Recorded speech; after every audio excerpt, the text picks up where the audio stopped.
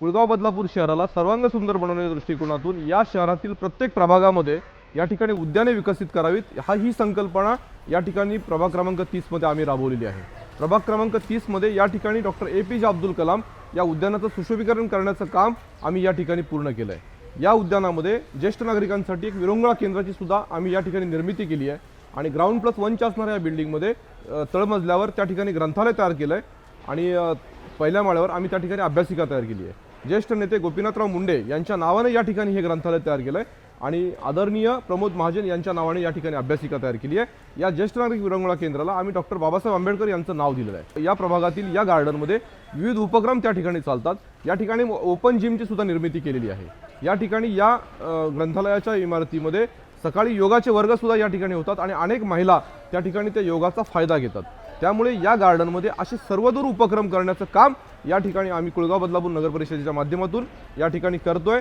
मी या ठिकाणी या संकल्पनेतून काम करताना हा परिसर हरित कसा होईल या दृष्टिकोनातून या गार्डनमध्ये झाडं सुद्धा त्या ठिकाणी लावली आहेत आणि त्यांची अतिशय योग्य पद्धतीने निगा करण्याचं काम आम्ही या ठिकाणी करतोय।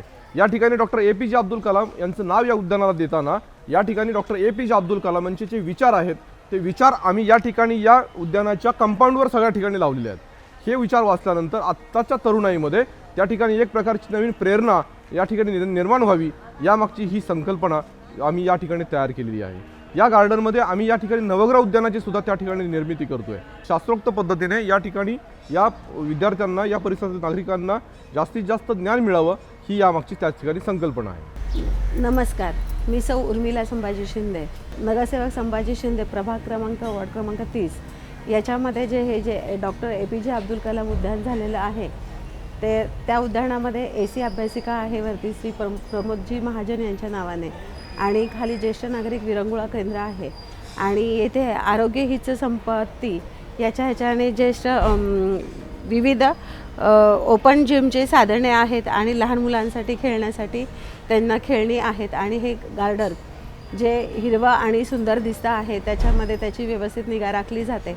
भारतरत्न श्री डॉक्टर APJ अब्दुल कलाम यांच्या नावाचे आणि त्यांच्या विचारांचे वेगवेगळे पोस्टर्स इथे लावलेले आहेत आणि इथे हे लहान मुलांना खेळण्यासाठी, ज्येष्ठ नागरिकांना बसण्यासाठी आणि महिलांना इथे फिरण्यासाठी हे असं छान उद्यान बनवलेलं आहे।